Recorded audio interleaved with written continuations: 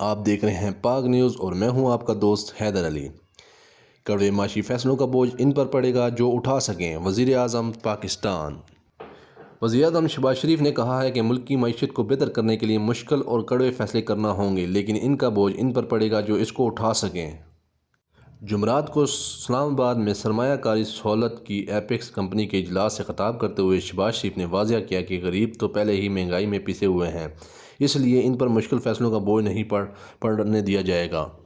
وزیر اعظم نے ماضی کا حوالہ دیتے ہوئے کہا کہ ایلیٹ کلاس کو مراعات ملت رہی اور غریب کا جو اشر ہوا وہ سب کے سامنے ہے۔ شہباز شریف نے IMF کے ساتھ ہونے والے معاہدے کا حوالہ دیتے ہوئے کہا کہ ہمیں ایک ایسے مزید معاہدے کی ضرورت ہوگی جس کا دورانیہ 3 سال تک ہو سکتا ہے۔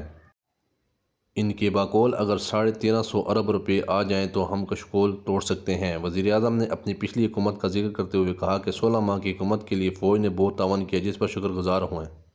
شہباز شریف نے کہا کہ ملک کو دیوالیہ ہونے سے بچایا اور ریاست بچانے کے لیے بڑی سیاسی قربانی دی۔ انہوں نے امریکہ سمیت دیگر ممالک کا حوالہ دیتے ہوئے کہا کہ ان کے سفیروں سے ملاقات میں یہی کہا کہ ہمیں قرضوں کی ضرورت نہیں بلکہ ہمارے ملک میں سرمایہ کاری کریں، حکومت ان کو تمام ضروری سہولیات مہیا کرے گی۔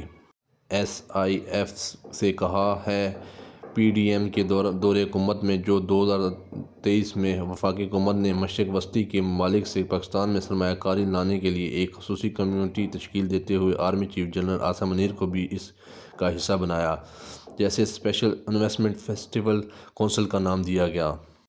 اس خصوصی کمیٹی کا مقصد دفاع، زراعت، معدنیات، IT اور توانائی کے شعبوں میں گلف کو آپریشن کونسل یعنی خلیجی ممالک سے سرمایہ کاری کے عمل کو بہتر بنانا ہے۔ اس کونسل کے تحت 3 مختلف کمیٹیاں بھی تشکیل دی گئی ہیں جن میں اولین ایپیکس کمپنی کی سربراہی وزیر اعظم کرتے ہیں۔ آرمی چیف کو خصوصی طور پر اس کا حصہ بنایا گیا ہے۔ یہ واضح نہیں کیا گیا کہ آرمی چیف اس کونسل میں کیا کردار ادا کریں گے۔